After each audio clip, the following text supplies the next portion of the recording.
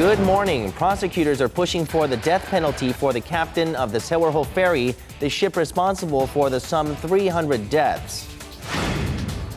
Staying healthy requires knowledge and information, and Health IT show on the sidelines of the ITU conference showcases the latest. Traces of Kim Kyo-gak. More temples are being built to preserve his work, but the Mount Jiuhua temple has become a major Buddhist site. Do oils really benefit your health? How do you pick the one that's best for you? On Korea Today, October 28th, Tuesday, 2014.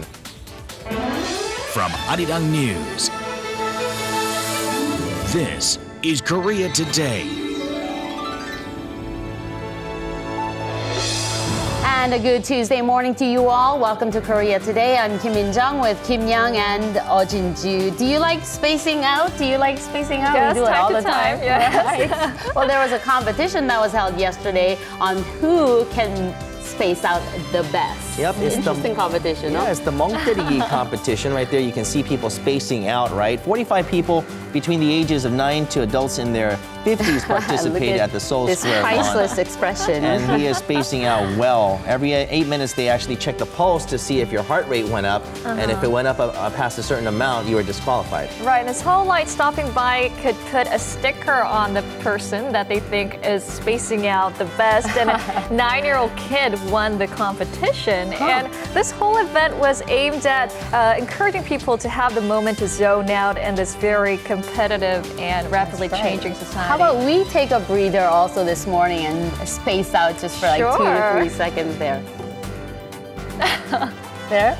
Come back to life. See, back to earth, snap out of it. If I would have known about this this contest, I should have really been a part of it. I think you would have won. I'll probably pull a Guinness World Record. Right, and ironically, the prize for the winner was Rodeng's The Thinker. So how about we put on the thinking cap this morning on this Tuesday morning. And now get a check on our top story. Prosecutors are seeking the death sentence for the captain of the SO-YOUN ferry that sank off the southwestern coast of Korea on April 16th, killing some 300 people on board. 68-year-old Lee Jun-seok is facing charges of murder by willful negligence for abandoning his duty of saving passengers on board and escaping the sinking ship, becoming one of the first to be rescued. In their closing statement on Monday, prosecutors also asked for life imprisonment for 3 key crew members who were tasked with steering the ill-fated ship, while seeking 15 to 30 years in prison for 11 others. The court is expected to deliver its final verdict for all 15 crew members next month. In the meantime, families of the 10 passengers still missing voted on whether to salvage the sunken ship, but the majority voted against the move and asked that the underwater operation be extended. During a meeting with Korea's National Assembly Speaker Chung Eui-hwa, Japanese Prime Minister Shinzo Abe said he has no intention of revising the Kono statement. Currently on a visit to Japan, Chung met with reporters following talks with Abe, saying that Tokyo's Prime Minister is moving towards or forward with the stance from previous cabinets regarding the 1993 statement, which acknowledged Japan's sexual enslavement of Asian women before and during World War II. The Kono statement was based on the accounts of 16 Korean victims of Japan's wartime sexual slavery and has recently become a source of contention between the two nations, with the Abe administration hinting at the possibility of revising the landmark declaration. Following talks, the two expressed hope for better relations moving forward as next year marks the 50th anniversary of the normalization of diplomatic ties between the two countries. An international peace forum hosted by Korea's foreign ministry kicks off in Seoul today, inviting participants to discuss President Park Geun-hye's initiative to build peace in the region by tackling less sensitive political issues such as energy conservation and cybersecurity. The 3-day Northeast Asia Peace and Cooperation Forum will also cover nuclear safety, environment, and disaster prevention readiness. 5 officials representing the 6-party talks aimed at denuclearizing North Korea will attend, including South Korea, the U.S., China, Japan, and Russia. Although Pyongyang was invited to the event, it has in effect declined, with its state-run media calling the conference a plot against the country.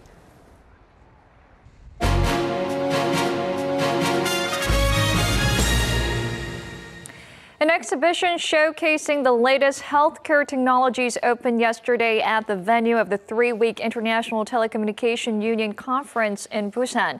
Now, the key focus of the event is to promote smart features in medical devices and equipment that can be used at hospitals and at home. To give us the details about this, we connect live to Arirang News' Shin Se-min, who joins us live from Busan. Good morning to you.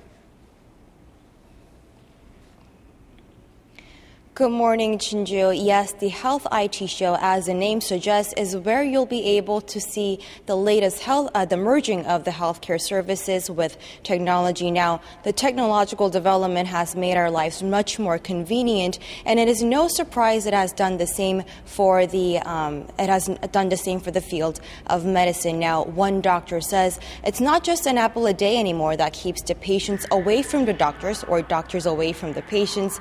He says it's information, knowledge, and educating his patients that keeps his patients away from the hospital. Here's a peek. Forget the hard, lumpy beds you find in most hospitals. Smart beds like these provide patients with a more comfortable experience. It can also measure a patient's every move thanks to non-contrast sensors in the mattress, giving doctors and nurses valuable information, especially during emergencies. The smart devices in the healthcare system don't just end there. It goes way beyond. Smart technology is also enabling patients to keep track of their own blood pressure and diabetes at home and virtually anywhere. And it even allows family members to track and monitor each other's health records, stretching the boundaries of previous healthcare systems, which focus on monitoring just one party. And we, as doctors in hospitals, we need to recognize that patients are smart and they have the ability to look at information, learn about themselves. We need to encourage that. We need to help them learn about their health so they can stay healthy, and so they can control their chronic conditions and stay out of the hospitals. Once they're sick, sure, we can do a lot of great technology things in the hospitals. But again, we need to move things to the left. We need to keep people out of the hospitals. Calling Korea a hotbed of technology, Dr. Sen says the country should take advantage of new technologies to make the healthcare system more productive. You know, there are too many patients that need to be seen, and there are not enough doctors. Doctors need to not be so insecure. I should get to the point where I'm taking care of patients for more than 5 minutes, maybe for 15 or 20 or even 30 minutes. We're not helping patients effectively by taking care of them 5 minutes at a time. Looking forward to the day he can spend more time examining his patients, Dr. Sun says he hopes healthcare systems evolve to provide higher quality treatment over the coming years. But in the meantime, he says patients can actively begin learning more about the simple symptoms they have via the internet or even telemedicine services. Well, it sure seems that the technologies will allow patients to access medical services more effectively and with greater convenience. And Se-min, I heard that a conference on the smart healthcare sector is also taking place at the venue.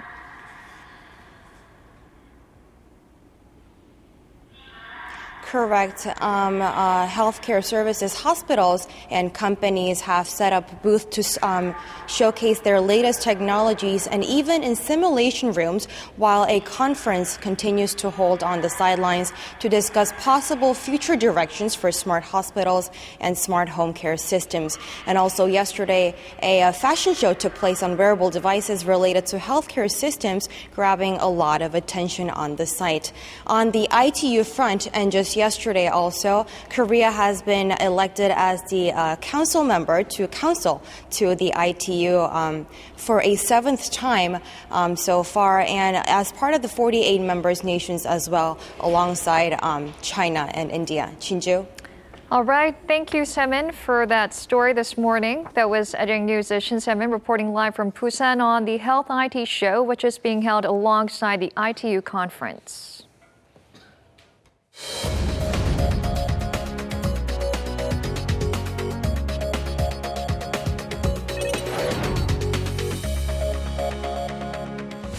Good morning. It's time to run through the front pages of your newspapers.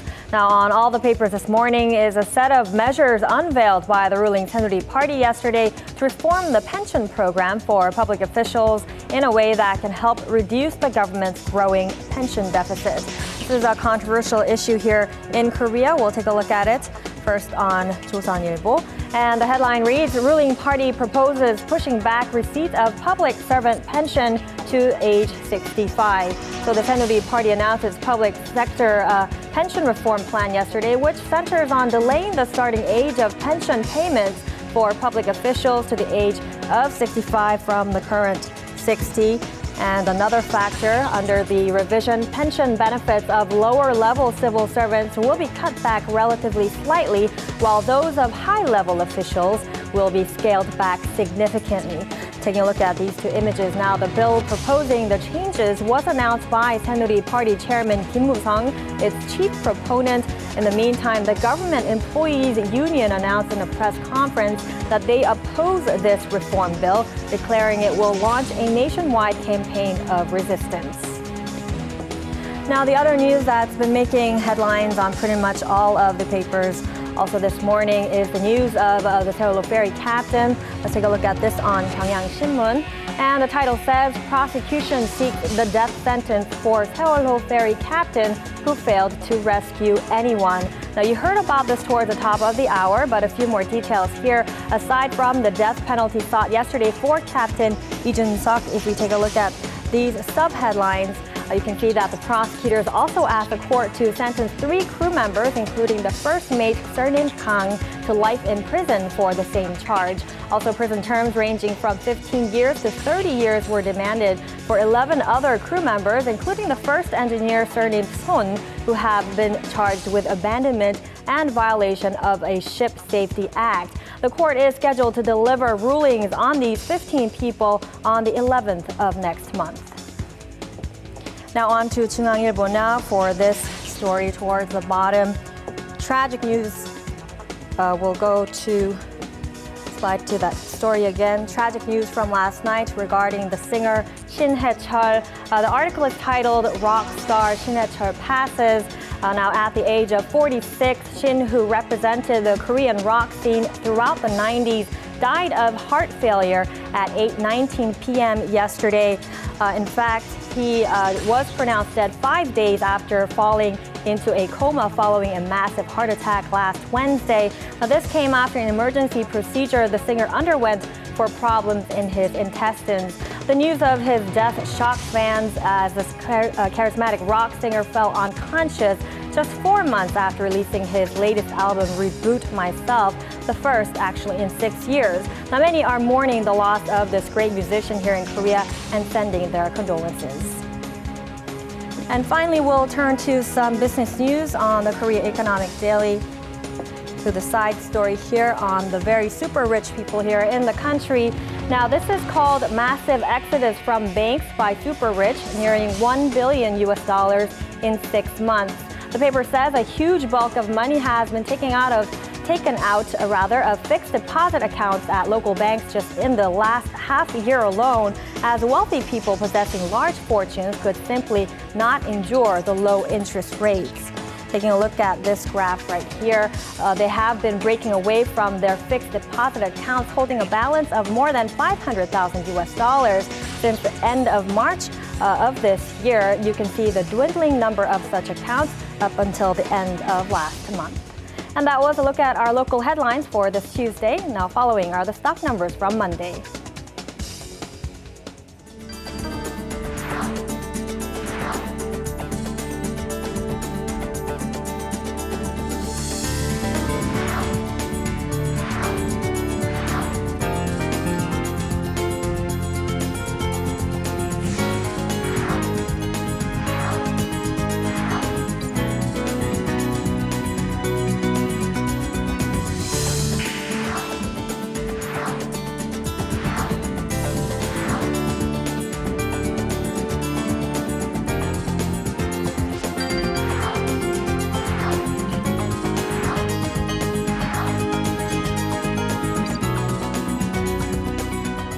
The morning is off to a very chilly start, and I was almost in disbelief when I saw the morning lows. It's around 4 degrees Celsius in Seoul. Exactly. That's 4 degrees above freezing levels, so we are getting prepared for the summer. It really is that time where you have to break out the winter wear now. Right, get your coat out. That's right. For more on today's weather, we'll go to Chun Song-cho, who joins us from Yongsan Family Park. Good morning. Good morning to you, Song-cho. Good morning, guys. I'm reporting live from the Yongsan Family Park. I know I've said this a couple of times already, but you thought yesterday was cold? Well, today is again going to be the coldest day of the season. We're starting off with morning temperatures currently at 6 degrees Celsius here in Seoul, and it's so cold that my body is shivering right now. The high pressure system in the north is giving us almost cloudless skies nationwide, and this has created a perfect setup for radiational cooling to occur overnight. Also, the wind chill coming from the northwest is making us feel colder than the actual temperatures. Some inland and mountainous areas where temperatures have dipped to negative numbers will wake up to frost this morning as well. So yes, it all means do bundle up on your way out. You're going to need more than an autumn jacket today.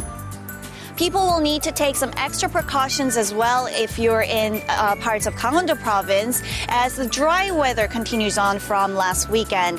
Advisories remain in effect, so especially if you're in the mountainous areas, be careful when it comes to lighting up. And with that, let's take a closer look at today's temperature readings. The temperature gap between the highs and lows has grown bigger today. We're looking at a 14-degree difference in Gwangju and Daejeon. Midday highs hover around 20 in most cities. Seoul will be at 17 and Gwangju the warmest at 21 degrees Celsius. This is all for me with the weather forecast. Back to you, Minjang. New York City is monitoring another possible Ebola case, this time a 5-year-old child. We'll find out more with our Eunice Kim standing by at the news center for us. Good morning to you. Good morning, Minjung. Now, this boy had recently returned from Guinea with his family, correct? He did, and as far as we know, within the past 21 days, which is, of course, the maximum incubation period for the virus, the toddler is being tested for Ebola, as well as other diseases at Bellevue Hospital, the same hospital where Doctors Without Borders physician Dr. Craig Spencer is being treated for Ebola. The 5-year-old toddler was rushed there Sunday evening, local time, by emergency personnel in protective gear after he developed symptoms consistent with the hemorrhagic virus. He later developed a high fever the next day. It is unclear whether he had come into contact with anyone infected with Ebola while he and his family were in Guinea. City officials say his family have been ordered to quarantine themselves at home.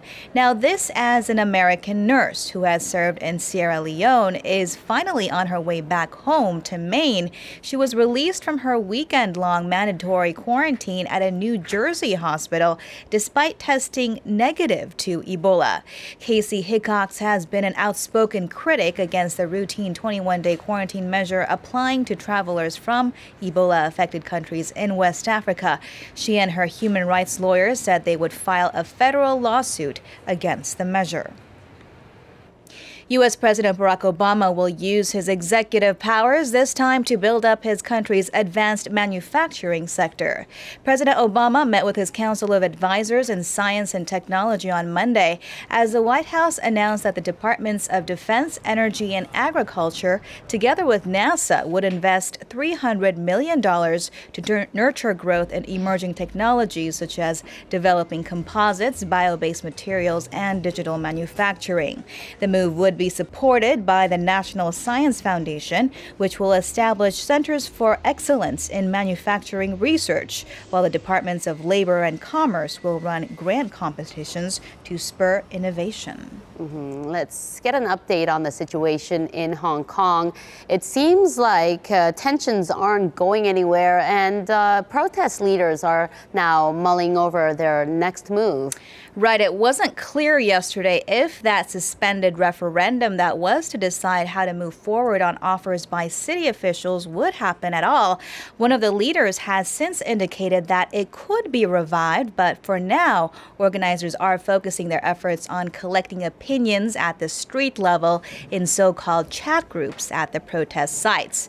This as Hong Kong police are apparently poised and ready to arrest protesters who ignore the injunctions ordering a clearance to parts of Admiralty and Mong Kok. That's what Barrister Jin Pao, on behalf of the government, told Hong Kong's High Court as it considered whether to extend the interim injunctions granted last week to taxi drivers, minibus owners, as well as a skyscraper owner. While acknowledging that it was not the intention of the Secretary for Justice to enter into the arena, the barrister said police would not hesitate to maintain order when demonstrators assemble unlawfully and cause serious traffic congestion. With that, we'll wrap your look at the global headlines we're following this morning. And coming up later, it's known as one of China's 4 sacred Buddhism sites and is visited by throngs of followers wanting to learn more about the spirit of the religion. A key figure, Korean monk Kim Gyo-gak, played a significant role in achieving this. We'll learn more about Mount Jiuhua.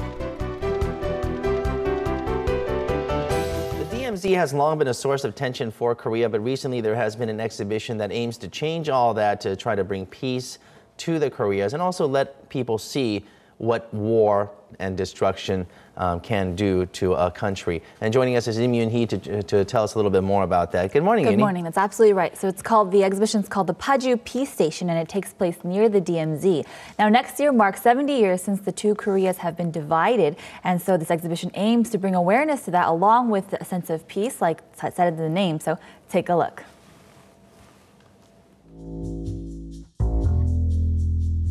A grassy field. People casually strolling around. It's a typical scene full of life. Just one problem. They're sitting on a huge, destructive missile. Art has a funny way of casting a different light on perspective, on making people think twice. Like this bright, vibrantly colored soldier, peering through binoculars. A symbol of our current state of wariness, caused by the chasm of separation within the peninsula. Unfortunately, the condition of our country being separated has turned into a source of merchandising. Every year, 100,000 people visit Panmunjom, so we want to send a message to them and make them realize the need for unification. Through art, we are encouraging people to seek peace. So at this exhibition, people will get a sense of the effort needed for peace, while at the same time experiencing the artworks we have prepared. A project that's first of its kind and aims to spread awareness of the need for peace within Korea. 2014 marks the inaugural year for the Parkview Peace Station. 18 contemporary artists from both Korea and abroad have gathered near the 38th parallel and have put together 20 different works of art, works that embody a message of peace and harmony. Many of them are housed at the Parkview Book City in the recently opened Forest of Wisdom Library. Some works even enveloped between the shelves of books. Even the busy walkway is lined with what looks like just a bright yellow barricade, but is actually something with a much deeper meaning, a work of art inspired by an artist's own personal experience. When you visit an army base, there's a long entranceway full of barricades. I had to weave in and out of them, and of course that takes a lot more time. The experience even made me a little nervous. With that in mind, I recreated the rectangular barricades and filled them with very fluid shapes that harmoniously flow together. So as people go through them, they will hopefully realize how precious our freedom is, while also seeing the beauty in harmony. While many people have quite different approaches to finding a solution for peace, the artists here stand united and hope to share their ideas with others. With each artwork, the thousands that pass through will hopefully take a second look and one day share the same vision for peace. So it really looks like they took care in putting together the pieces for this exhibition. Now, there are some other events that are included in this, right? Exactly. So actually this past weekend they held the premiere screening of the first South and North Korea film, and they'll continue to show that at 20 other CGV locations across the nation. So that's a new movie, very unique movie you want to catch, and they'll show that till the 31st of this month. So you have a few more days to catch it. Okay, so that's the exhibition actually takes place in Parkview and outside of Seoul. And the movie is available at only select CGV theaters. Right. Are there anything going on in Seoul related to this exhibition? Right, so this weekend they're actually holding a series of performances, including a concert by Puhwa, the popular band here in Korea, and along with some kugak performances. So that'll start on Friday through Saturday this weekend at the Gwanghwamun Square. And so that's something where you can go they really want to emphasize this idea of peace between the two Koreas. And so that's something where you can enjoy time. You know, this weekend we're supposed to have good weather, hopefully, and you can go and spend time there with your family. Okay, well, sounds great. Good weather.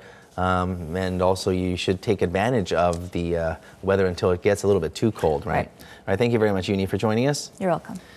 And still ahead on Korea Today, we're going to be looking at the various types of oils that you can use for your body. Do they have positive effects, or is it just a fad? We'll have a doctor in the studio to join us and talk more about this. It's known as one of the greasy and unhealthy habits, but now it seems that oil are in the spotlight with people reversing those beliefs. Now, from skincare to dental hygiene, many are embracing oils for different reasons. We get a closer look at this trend with an expert, so don't slip away.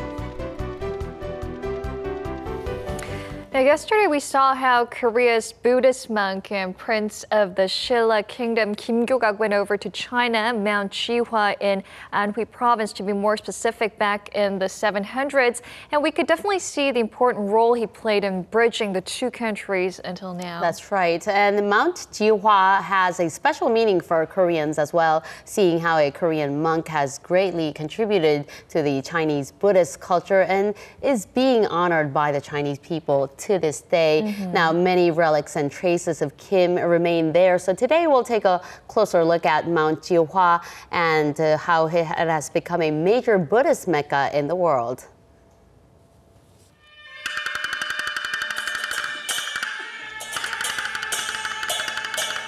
Mountain Jiuhua in Anhui province, China. It was originally called Mountain Jiuzi. But the great Chinese poet Li Bai of Tang Dynasty, after seeing the 9 peaks of mountain, said they looked like a lotus. This is how, with the added word flower to it, the name became Mountain Jiuhua.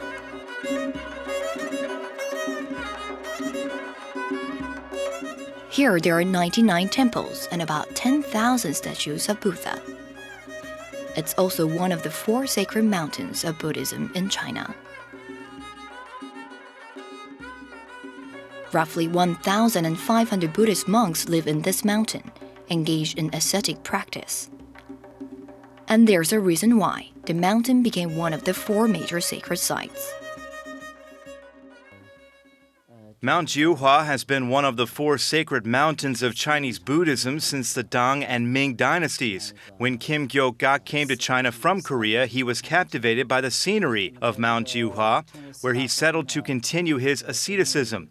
After he completed his practice, many followers honored his spiritual attainment by following in his footsteps. And this is how Mount Jiuhua became an important holy place.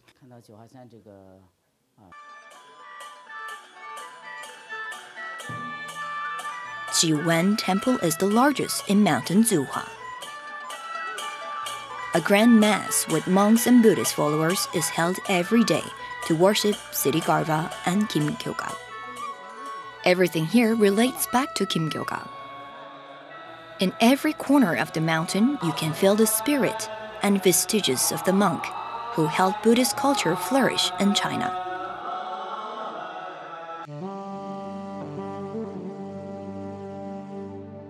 Mountain Jiuhua became sacred because of the Korean monk. Even after his death, people still worship him. This is because he became a Buddhist mummy.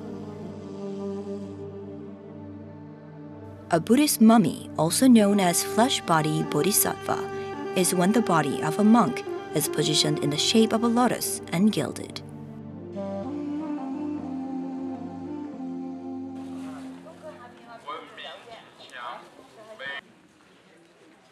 The Buddhist mummy of Kim Gyo-gak is placed within a 7-story pagoda.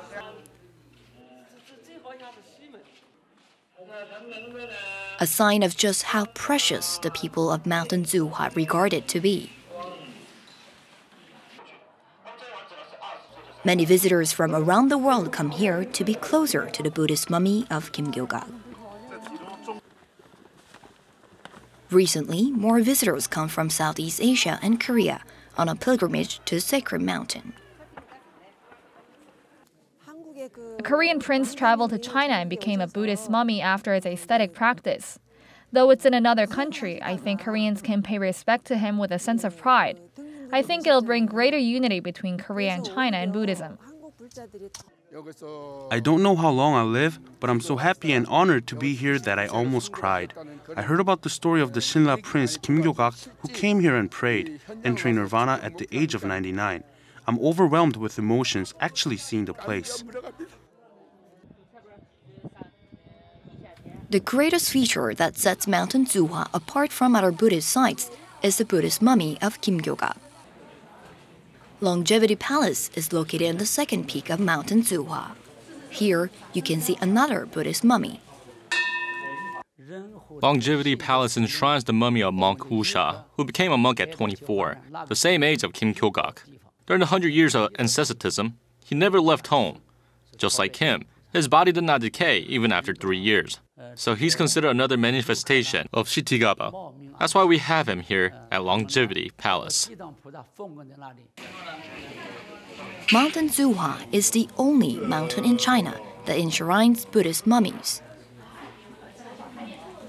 Even after Kim Gyo-gak, there have been 13 Buddhist mummies, and 7 of them are preserved here until this day. The mountain is constantly clouded with fog, and it's a naturally damp environment. The formation of Buddhist mummies at a place such as this is a mystery that science has not been able to explain. I've always wanted to come to Mount Jiuhua.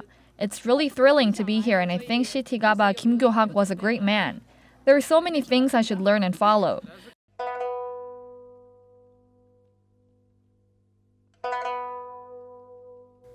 The Korean monk Kim Gyo-gak became a Buddhist mummy, making the mountain a sacred location along with the temple built there. And Mountain Jiuhua is furthering itself as a Buddhist holy mountain.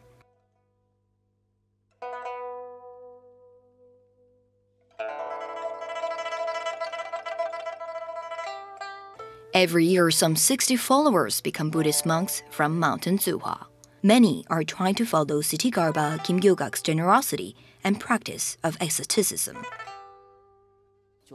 With the influence of Shitigaba, the number of Buddhists and tourists visiting here has increased from thousands to millions. Especially 1/3 of them are Buddhist disciples, and there are many exchanges among Buddhists, tourists, and scholars, even from Korea.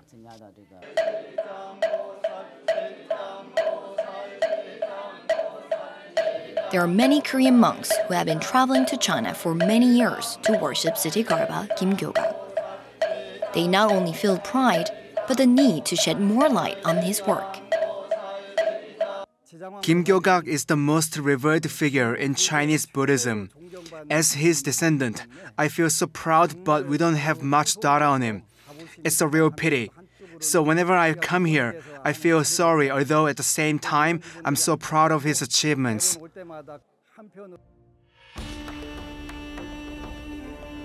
Mountain Jiuhua remains a symbol of good deeds carried out by Kim Gyo-gak, the Korean prince of the Silla dynasty.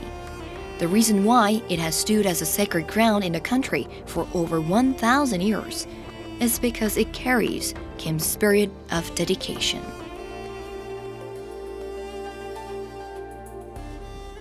When Kim Gyo-gak was 99 years old, he is known to have said that he doesn't want his body cremated after his death, but wants it to be put in a stone chest. And if it doesn't decompose after 3 years, he wants it painted with gold. And that's what exactly happened. So this is why the mountain became one of the 4 major sacred mountains in Chinese Buddhism, where the 4 Buddhist mummies are enshrined.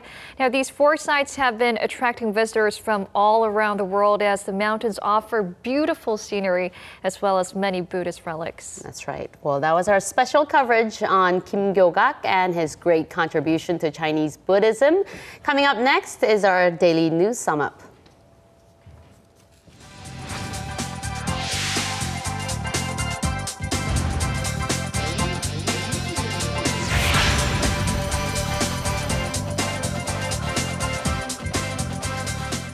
Now, a number of companies in Korea are raising their office desks so that their employees can work standing up. That's right. It's supposed to be good for your health and improve productivity, but I think I'd like to sit down from time to time.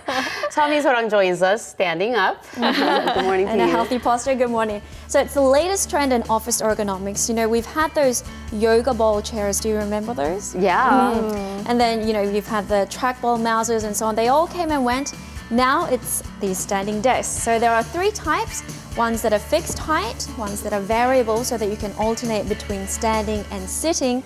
And if you're feeling, you know, really fit, then there are treadmill versions as well. Treadmill version? Yeah. Take a look at that. Wow. They all force us to move around more, and the standing posture itself tells us brain to be more alert and more awake. So for example, at the consulting firm Enzyme, they've brought in a big standing desk so that people can have meetings standing up, and it seems to be working. They say that they've since seen an increase in people's creativity and efficiency. Larger companies are offering standing desks as well, such as LG Electronics, Amore Pacific Cosmetics, and Danpekao.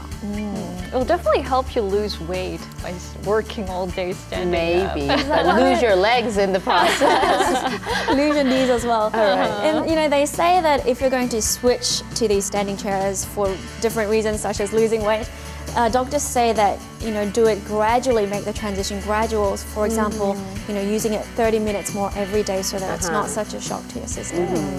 Interesting. Moving on. If you're looking to open up a small store here in Korea or want to know the latest business trend, then listen up to this, because the National Taxation Service released some numbers yesterday regarding 30 business fields, and they looked at how many shops were opened and how many closed. So compared to 5 years ago, the number of stationery stores decreased by 21%, internet cafes by 19%, and bookstores by 18%.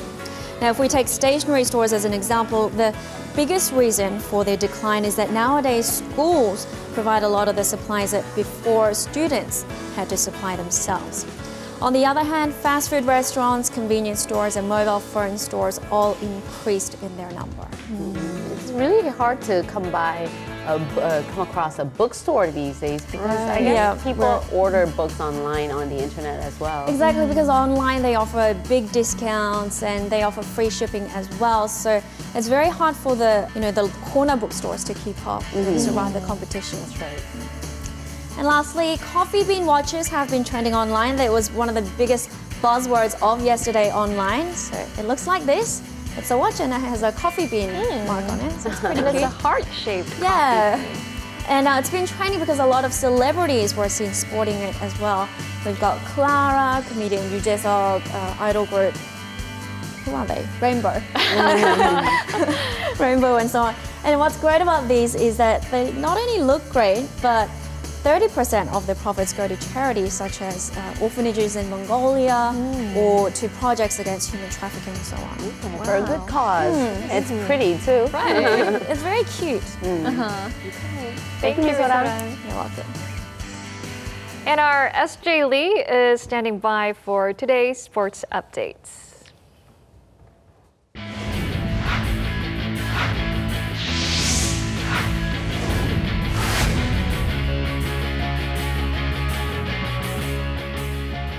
And a good Tuesday morning to you all as we kick things off in football, where the president of the Korea Football Association, Chung Mong-gyu, declared his intention to run for a seat in the FIFA Executive Committee on Monday. In a letter written to the members of the Asian Football Confederation, the 52-year-old expressed his gratitude for their unending efforts in development of Asian football, as he sent his intention to run for a seat in the FIFA Executive Committee. Now, Chung, who was elected as the president of the KFA back in 2013, previously owned 3 K-League teams and has been involved with football for the past 2 decades. Now, shortly after figure queen Kim Yeon-ah retired from the sport earlier this year, fans wondered who will become the next figure skating star here in Korea. well, Park So-yeon is still young, but certainly off to a great start. The 17-year-old who previously competed in junior competitions made her Grand Prix debut of the weekend and finished impressively in 5th place overall after scoring 55.74 during the short program and 114.69 in the free skating program for a total of 170.43 points. Now, Park, who has been getting pointers from Kim Yeon-ah prior to the Grand Prix, hopes to continue to grow with the Pyeongchang Winter Games taking place in 2018. And speaking of following footsteps, after a successful transition from the KBO to the major leagues by LA Dodgers pitcher Ryu Hyun-jin, Gwanghwamun has expressed his desire to play for a major league team. And on Monday, his team, the SK Wyverns, announced that he will be posted this winter. Now, with the 26-year-old lefty completing his 7th year in the KBO, he's eligible to test the overseas market through the posting system, which Ryu Hyun-jin also went through before signing with the LA Dodgers back in 2012. The SK Wyverns ace, who finished with a record of 13-9 with an ERA of 3.42 this past season, hopes to become just the 3rd KBO pitcher to move from the KBO to the majors, as he's set to hold a press conference on Wednesday to formally announce his decision. And staying in the KBO, but over to Game 1 of the best-of-7 second-round playoff series between the LG Twins and the Nexen Heroes, which took place in Mokdong Stadium on Monday night. And of course, taking a look at the highlights here, second inning of the game, bases loaded for Park Han-do, singles to left center, but only one runner scores, and it's 1-0 Nexen. But in the third inning of the game, LG also gets the bases loaded as Pagong-taek singles to left, tying the ball game at 1-1. Before Lee Byung-gyu singles home another, before 2 runners are called out as LG takes a 2-1 lead. Fourth inning, Brad Snyder at bat, first pitch he sees, and gone, and the LG Twins take a 3-2 lead. But in the 6th inning, here come the Nexen Heroes. Lee Sung-yeol, RBI single to right, makes it 3-2 before Yoon Sung-min to pinch hit here, drills his ball to deep right and gone, a pinch hit 3-run shot, and the Nexen Heroes take the lead 5-3. Nexen bullpen does the rest here as the Nexen Heroes win Game 1 6-3. And that's going to wrap it up for me. This has been SJ. Have a great rest of the day and see you guys again for your sports needs.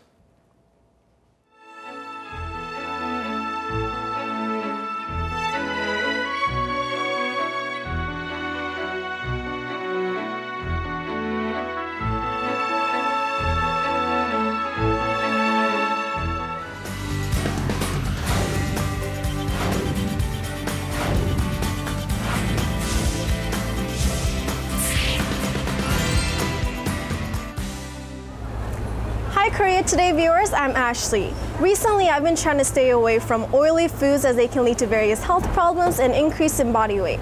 But now I hear there's some good oils that can bring positive benefits to your health. Here at the store, there are many types of different oils, including various olive oils. Recently, with celebrities claiming that their secret to health is oil, the liquid substance has been receiving more attention.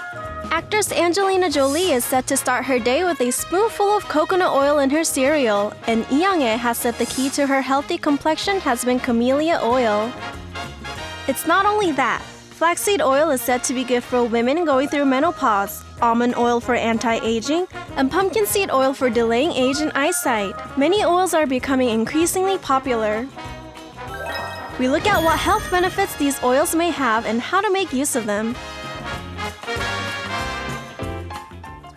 So do some of these oils actually have positive health benefits, or is it just rumors or false fad, beliefs? right? Yep. Almost. Yeah, we'll find out with Dr. Cho Sung-hoon joining us from St. Mary's Always Good Internal Medicine Clinic. Good morning, doctor. Good morning. Okay, so we actually have different oils over here. We have avocado oil, that's olive oil, almond oil, and coconut oil. So what kind of positive effects do these oils have on the body? Well, the oils are the main component of cell membranes, which means that they are essential for healthy skin and the hair. And also they are important precursors of the hormones to maintain a proper function of the brain and the neurons. And this deficit can lead to mild disease such as dryness of the skin and the hair, to more severe complications such as the brain and the neuron dysfunctions. And also they can lead to cardiovascular problems. And in the, they can lead to malabsorptions of the liposoluble vitamins such as the vitamins A, D, and K. And So could you more specifically tell us how these oils are different in terms of health benefits? Well, we have several oils here. In case of one of the hot issue of these days, I'll put this back. is this the coconut oil, which contains lots of MCT, which means that it has a lot of medium length chain triglyceride. They are important and because they are easily absorbed and used by our body as an energy source, and they also decrease the appetite, the cholesterol from our body, and increases the metabolism rate. That would help to the diet. So I just go ahead. put some on my hand. It feels softer. It feels more moist. Yeah. You put on almond oil? Almond oil, but maybe I'm just imagining things. So I don't know if it's effective.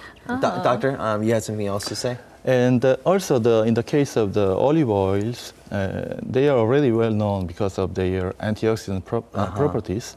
They decreases the bad cholesterol and increases the good cholesterol, prevents the cardiovascular disease, and also constipation. And this way also helps to the diet. And in the last case of the avocado oils, the avocados are a very well balanced food because they contain a lot of minerals, proteins, and also the unsaturated fatty acid. And consuming them is very good for the hydrating effect of the skin and eliminating the toxins from the skins too. So how's that coconut butter working out for you? It almost feels like lotion on my skin. All right. Coconut. Okay, well, sounds great. We're going to actually take a look at a couple of avid users of these oils, people who actually really say that they are feeling the benefits in this next report. And we'll talk a little bit more about the benefits of these oils.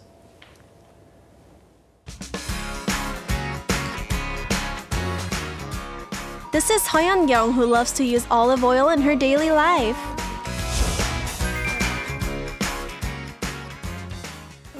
Most people have one or two types of oils at home, but in the case of SO-YOUN, she has roughly 10 different types. I have pretty bad eczema and constipation, so I add olive oil to my food, and there are different oils that I apply to my skin or drink instead of medicine. Sa says she uses olive oil each time she eats food. And could it be from that? She has managed to lose 14 kilograms. My constipation and eczema have improved greatly. I used to only be able to go to the bathroom once a week, but now I go every day. And when I had any type of food that wasn't right for my body, I would get very itchy because of allergies, but that's all gone now. She also uses olive oil for her skin. She removes her makeup with it and even applies a face pack with olive oil, honey, and lemon. She also says her daughter has seen many benefits from olive oil as well. Jian was diagnosed with eczema when she was 3 months old, but by mixing olive oil into lotion and applying it regularly, they were able to get rid of the condition. Olive oil is said to prevent the skin from getting dry and help improve eczema.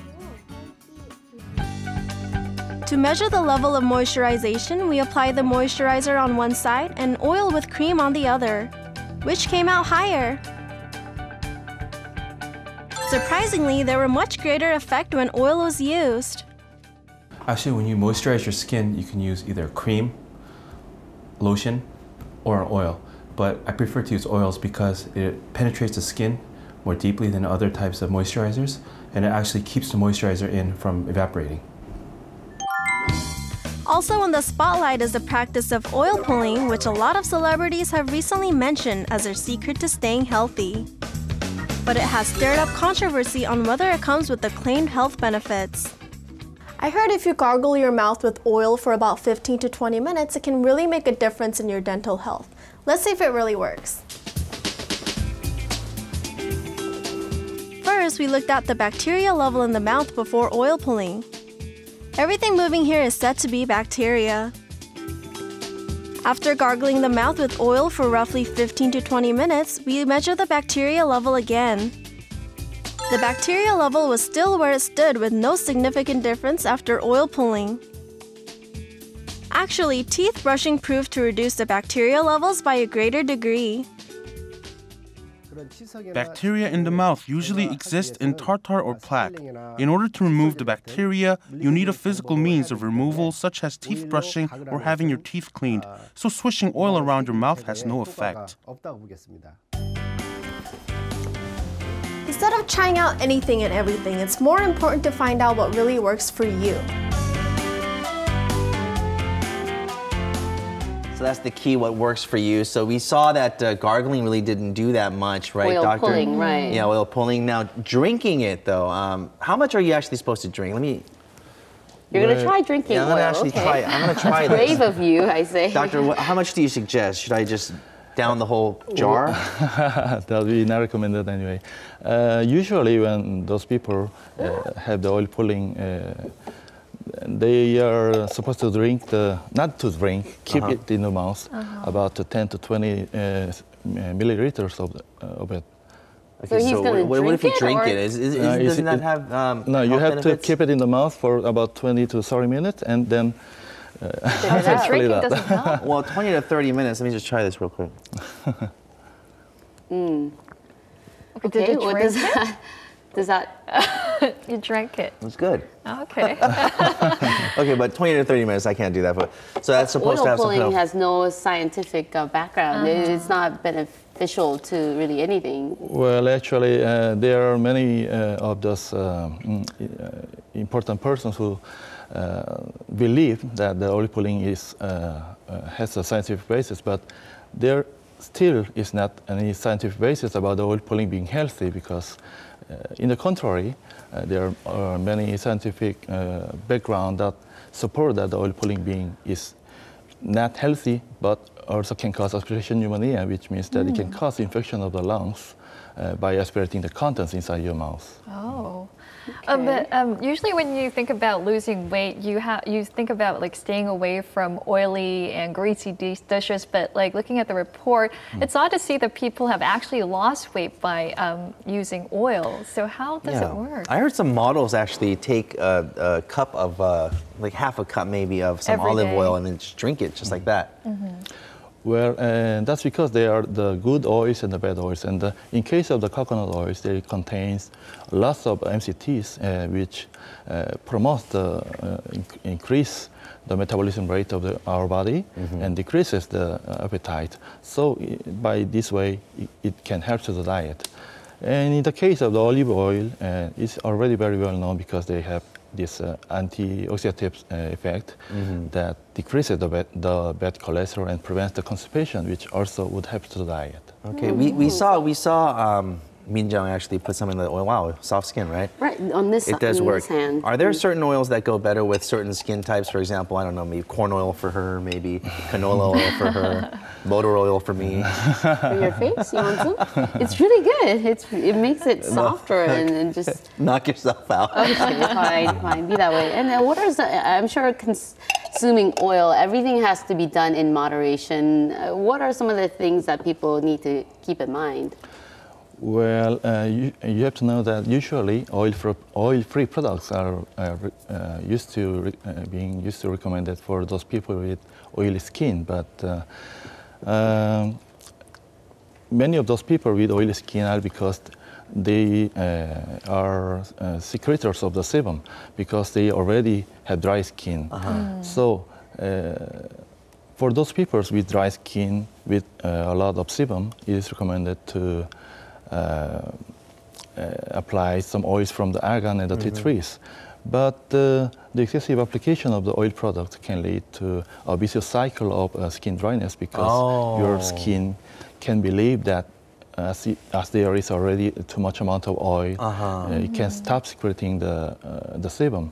So that's why proper application of the oil, like 2 or 3 drops of it with gentle pressure, it is more recommended than applying too much amount of the oil. Okay, I think you put on too much, Minjung. No, I did not. It's the perfect amount. I just have a thin layer. Now my hand looks beautiful. I smell the oil from you now. All right, well, Doctor, thank you so much for joining us and sharing your opinions on these oils. Okay, thank you. Okay, Thanks so much. Thank you want you. to try drinking coconut oil, maybe? Yeah, I think that's Too thick. I feel a little weird right now. All right, well, that just about does it for this edition of Korea Today. All right, it's going to be a cold one. Enjoy, and we'll see you back here tomorrow morning at 7. Thank you for watching. Bye-bye. Oh.